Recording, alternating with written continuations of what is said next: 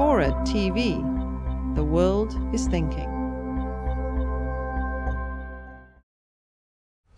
There's a slightly more substantial criticism coming from, among others, one of the Icelandic MPs with whom you worked closely, who say you seem to be taking on the Pentagon specifically and using a huge amount of resources to take the Pentagon on.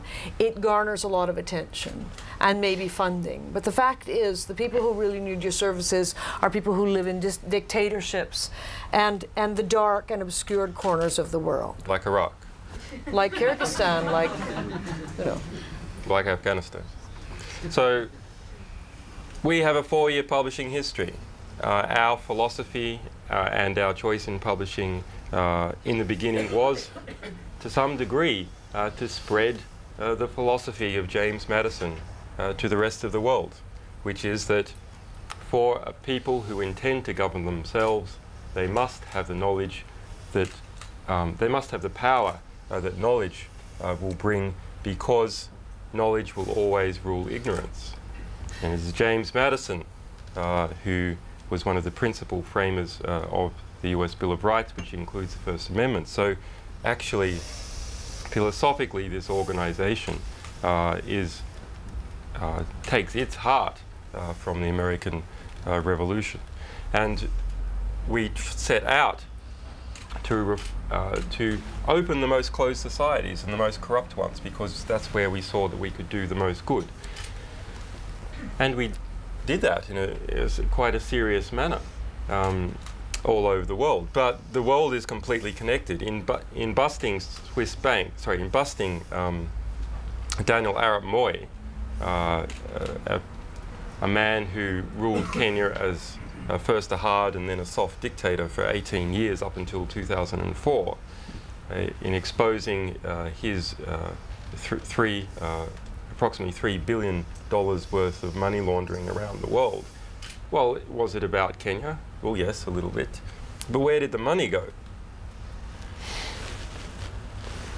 Well, the money went into Swiss banks, the money went into London properties, the money went into London companies, the money went into a 10,000 hectare ranch in Australia, the money went into properties in New York, and in the process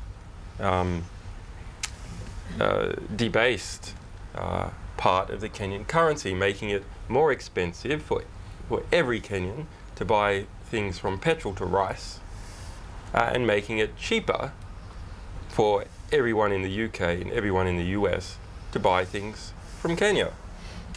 So, in fact, the whole world is connected economically when you're dealing with serious crimes or serious abuses.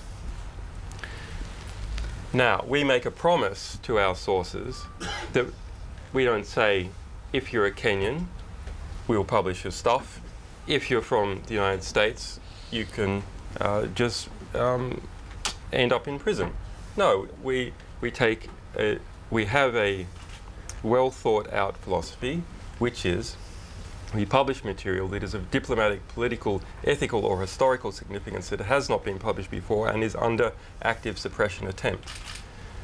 Now, it turned out that this year, although we have published a lot of US military material over time, but this year we received over time a number of extraordinary compilations of hundreds of thousands of documents. Given that we're a small organization, what do we prioritize? Well, as an organization that is committed to the pursuit of justice, well, we have to publish first that material which is likely to have the most significant impact. And there's something else that I also realized fairly early on, which is if people see that we can be trusted to publish material that the Pentagon demands that we not publish, and demands in a very aggressive manner, then in fact we can be trusted to publish material that the government of East Timor demands to not be published.